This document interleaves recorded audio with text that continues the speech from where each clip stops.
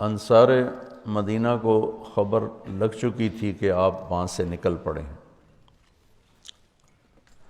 قریش نے 100 اونٹ مقرر کیے تھے آپ کو زندہ مردہ لانے پر، کہ جو آپ کو زندہ یا مردہ پکڑ کے لائے گا اس کو 100 اونٹ دیا۔ سراقہ بن مالک انہی اونٹوں کے لالچ میں پیچھے بھاگے تھے۔ تو قباء آتے اور انتظار کر کے چلے جاتے تھے۔ مدینہ کا محل وقوع یہ کہ یہ مدینہ، ٹھیک، یہ قباء، یہ بیچ میں بنو قینقاع، ٹھیک، اور یہ قباء اور یہ بنو قریظہ اور یہ بنو نضیر۔ یہ میں آپ کو نقشہ ہاتھوں سے بنا کے بتا رہا ہوں۔ یہ مدینہ، یہ بنو قینقاع اور یہ قباء، یہ بنو نضیر، بنو قریظہ اور یہ بنو نضیر، یہود کے جو 3 قبیلے تھے۔ نضیر، قینقاع، قریظہ، تینوں موسیٰ علیہ السلام کے صحابہ تھے، اور یہ تینوں یہاں اس لیے آباد ہوئے۔ موسیٰ علیہ السلام جب حج پہ تشریف لائے، جب واپس جا رہے تھے مدینہ سے گزرے، تو انہوں نے پہچانا کہ یہ وہ جگہ ہے جہاں آخری نبی آئے گا۔ تو انہیں اجازت لی کہ ہم یہاں رہیں گے، ہماری نسلیں ان پہ ایمان لائیں گی۔ وہ کم بخت ہوئی آدھا عدو بنے۔ اور جب اب خیبر سے گزرے تو کچھ لوگوں نے، چونکہ خیبر اور مدینے کا جغرافیہ ایک جیسا، میں خیبر بھی گیا ہوں، تو انہوں نے وہاں رہنے کی اجازت مانگی کہ ہمیں یہاں رہنے دیا جائے، آخری نبی آئیں گے تو ہم ان پر ایمان لائیں گے۔ ان سے لڑائیاں لڑنی پڑی، اور وہ بڑے جنگ کے بعد وہ فتح ہوئی۔ جو بالکل جاہل تھے وہ ایمان لے آئے، جو جاننے والے تھے وہ گمراہ ہو گئے۔ تو وہ انتظار کر کے چلے جاتے تھے، دوپہر کے، جب دوپہر چڑھ جاتی پھر چلے جاتے تھے۔ تو اب یہود کا علم دیکھو، بنو قینقاع کا ایک آدمی اپنے کوٹھے کی چھت پہ چڑھا، تو قباء کی طرف نظر پڑی تو غبار اڑ رہا تھا۔ غبار کچھ ایسے ہیولے سے نظر آ رہے تھے۔ یہ 8 ربیع الاول ہے۔ ان کا علم کہاں تک پہنچا ہوا تھا کہ کوئی بھی ہو سکتا ہے۔ غبار ہے اور کچھ ایسے نظر آ رہی ہیں سواریاں، لیکن اس حد تک ان کو پتہ تھا کہ یہ کب پہنچیں گے۔ اس نے یوں منہ کر کے اعلان کیا، یا بنی قیلہ، قیلہ اوس خزرج کی ماں کا نام، یا بنی قیلہ جاء نبیکم۔ اتنا ان کو پتہ تھا، اور ایمان سے محروم ہو۔ تو اس دن وہ انتظار کر کے جا چکے تھے واپس۔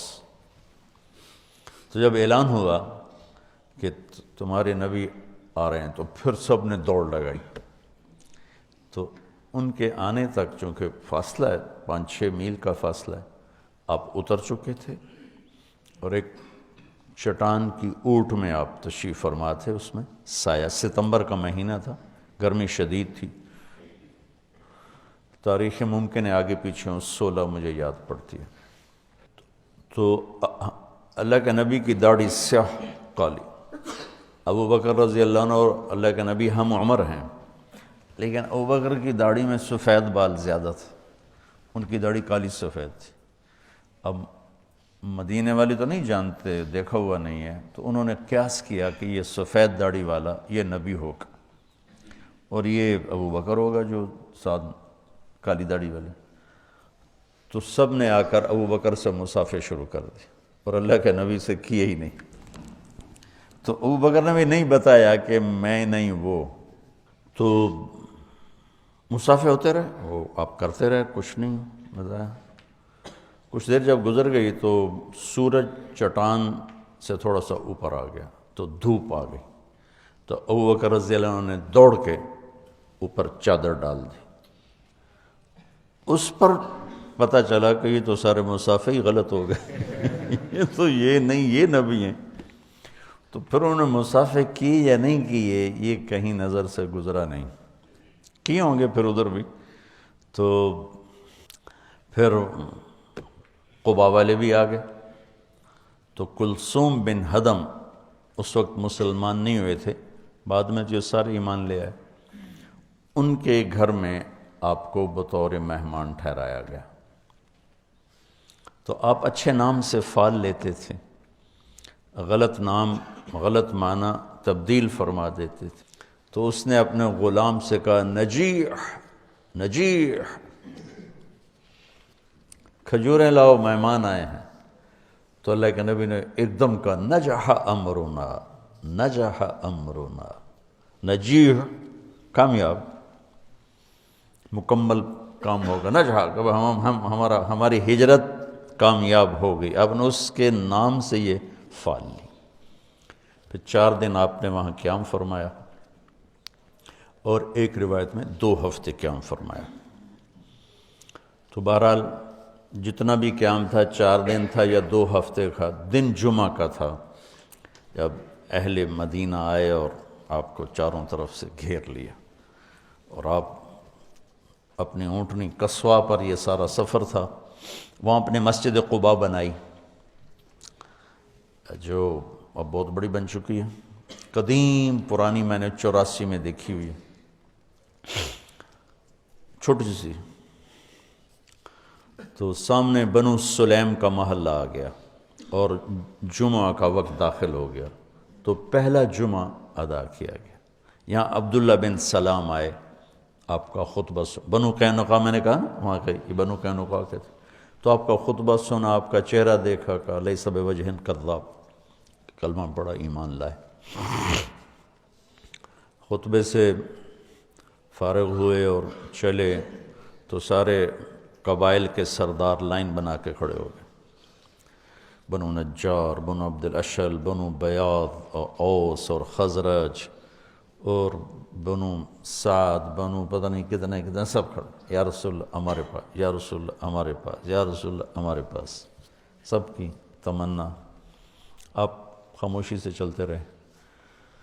تو وہ ثنیہ جو آتی ہے، ثنیۃ الوداع، اس کے آگے دامن میں مدینہ، سامنے گھر بستی اور آگے میدان. اس میدان میں بچے اکٹھے تھے، بچے بچیاں.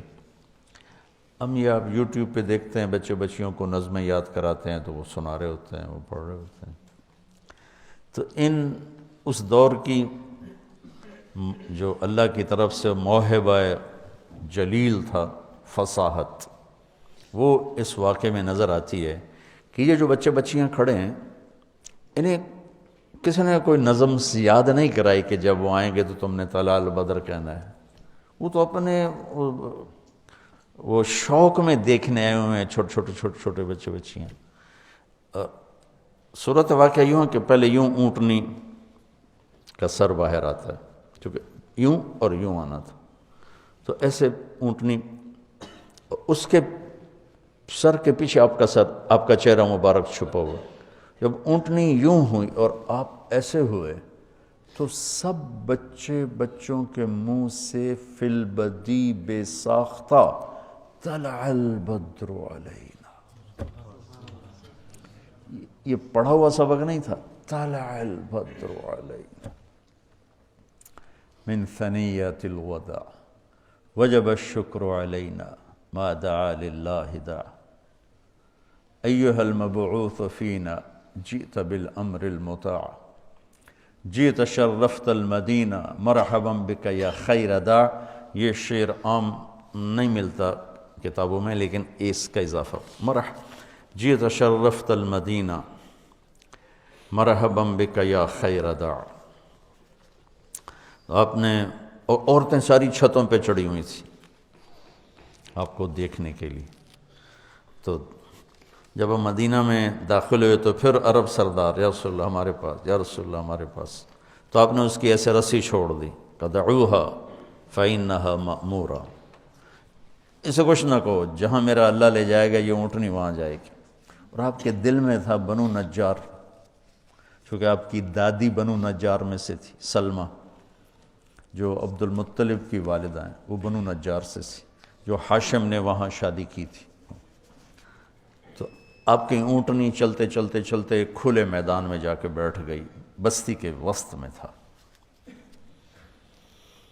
تو اس کو آپ نے پسند کیا اپنی مسجد کے لیے۔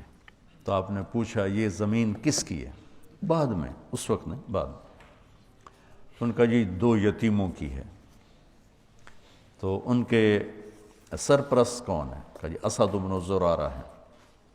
آپ نے ان کو بلایا کہ یہ زمین ہمیں مسجد کے لیے چاہیے۔ کہا جی ہم تحفہ دیتے ہیں۔ ہم نے کہا یتیم کا مال ہے، تحفہ نہیں ہو سکتا ہے، پیسے لگاؤ۔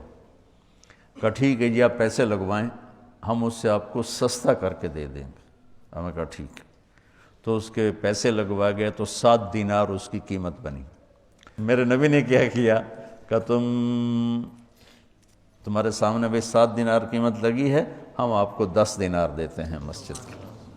آپ نے 10 دینار میں وہ جگہ خریدی۔ تو اس کے بعد آپ کی اونٹنی اٹھ گئی۔ یہ میں نے بعد کا واقعہ سنایا ہے آپ کو۔ آپ کی اونٹنی اٹھی، جیسے میں یوں آپ کو دیکھوں اور پہچانوں بھئی کون کہاں بیٹھا ہوا ہے، تو اس نے ایسے ایسے دیکھنے شروع کیا ایسے، اور سیدھی بنو نجار کی گلی اس نے پکڑ لی اور جا کر ابو ایوب انصاری کے دروازے کے قریب بیٹھ گئی۔ تو یوں میرے نبی بنو نجار کے مہمان بن گئے، جو آپ کے اندر کی تمنا تھی کہ میں بنو نجار میں بیٹھوں۔ تو اس سارے سفر میں ابوبکر صدیق رضی اللہ تعالی عنہ ساتھ ساتھ ہیں۔ یہ ان کی منقبت، فضیلت تو بے شمار ہیں۔ بس میں نے تھوڑی سی ہجرت کی اہمیت، وہ پہلی حدیث ایسی تھی، تو میری دعا ہے کہ آپ ہجرت کرنے والے بنو، اللہ کے نام کو لے کر پھرنے والے بنو۔